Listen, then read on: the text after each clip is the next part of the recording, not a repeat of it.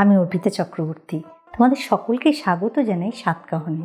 আজকে আমি তোমাদের দেখাবো পার্শে মাছের ঝাল আর আম দিয়ে। খেতে অপূর্ব লাগে। রান্নাঘরে খুব একটা সময় দিতে হয় না, ঝটপট রান্না হয়ে যায়, আর এই গরমের জন্য খুব ভালো। চলো তাহলে শুরু করি। পার্শে মাছের ঝালের জন্য প্রথমে আমি পার্শে মাছগুলোকে ভালো করে কেটে পরিষ্কার করে ধুয়ে নেব। মাছগুলো নুন হলুদ মাখিয়ে নেব। 1/2 টিস্পুন নুন, 1/2 টিস্পুন হলুদ,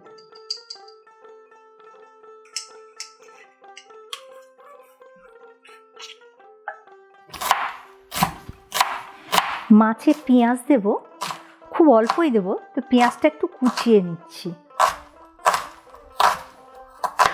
কারণ অনেক সময় আঁশটে গন্ধ করে, তো ওই জন্য একটু পেঁয়াজ দেব।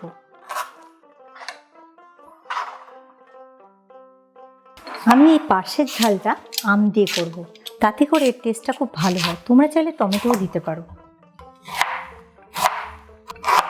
খুব পাতলা পাতলা করে কেটে নিচ্ছি। মাছ ভাজার জন্য সর্ষের তেল দিচ্ছি, আর একটু বেশি করেই দিচ্ছি। 1 টেবিল স্পুন সর্ষে, 1 টেবিল স্পুন পোস্ত। তোমরা শুধু সর্ষেও দিতে পারো, আমি একটু পোস্ত দিচ্ছি, তাতে করে সর্ষের ঝাঁঝটা একটু কম লাগবে।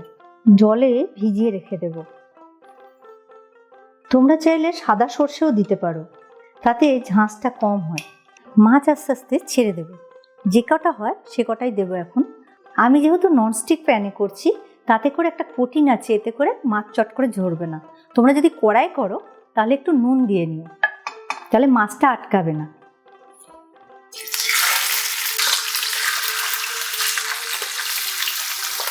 এসব ছোট মাছগুলো খুব তেল ছিটকোয়।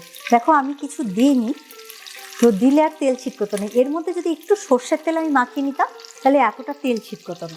আর একটা প্রোটেকশন হচ্ছে, একটু ঢাকা দিয়ে করবে, তাহলে গায়েটায় ছিটকিয়ে পুড়বে না। দেখো ঢাকা দিয়ে মাছটা ভেজেছিলাম বলে আশপাশটা ছেটোয়নি, এতে রান্নাঘরে অনেকটা সময়ও কম লাগবে। মাছ বেশি কড়া করে ভাজবে না, জাস্ট হালকা দুটি ভেজে নেবে। বেশি ভাজলে মাছের স্বাদ নষ্ট হয়ে যায়। মাছ ভাজা হয়ে গেছে, তুলে নিচ্ছি।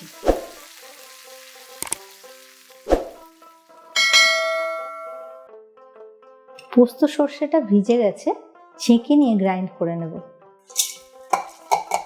2 কাঁচা লঙ্কা, 1 চিমটি নুন, আর সামান্য একটু হলুদ দিচ্ছি। এতে করে মশলাটার রঙটা খুব সুন্দর হবে, আর নুন দেওয়ার জন্য পেশাটাও খুব ভালো হবে। আর অল্প জল দিচ্ছি।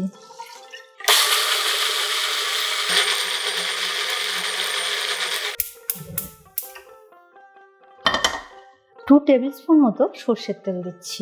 এক এক করে ফোড়ন দেব। 1/2 টিস্পুন কালো জিরে, আর একটা শুকনো লঙ্কা দিচ্ছি।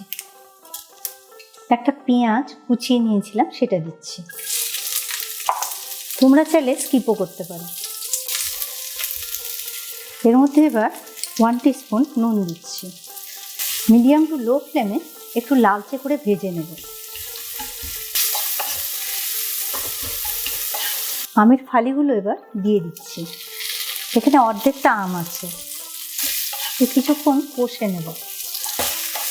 1/2 টিস্পুন হলুদ, 1 টিস্পুন আমি কাশ্মীরি লঙ্কার গুঁড়ো দিচ্ছি।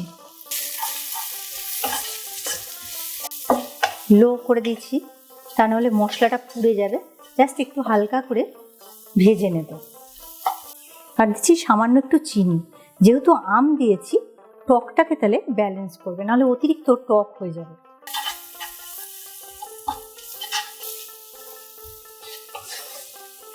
এবার এর মধ্যে জল দিচ্ছি। তোমরা চাইলে গরম জলও দিতে পারো।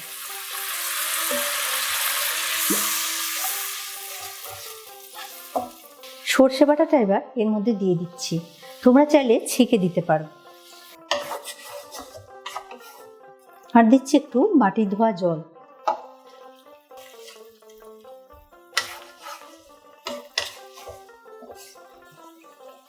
মাছ ভাজাগুলো এবার এর মধ্যে ছেড়ে দিচ্ছি।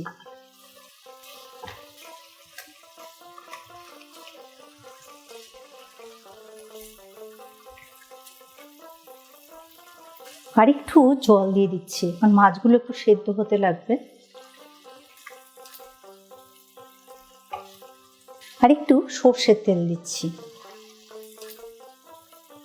দুটো কাঁচা লঙ্কা চিড়ে দিচ্ছি আর কতগুলো আস্ত দিয়ে দিচ্ছি, তাহলে ফ্লেভারটা খুব ভালো আসবে। আর একটু ধনেপাতা হাত দিয়ে ছিঁড়ে দিচ্ছি।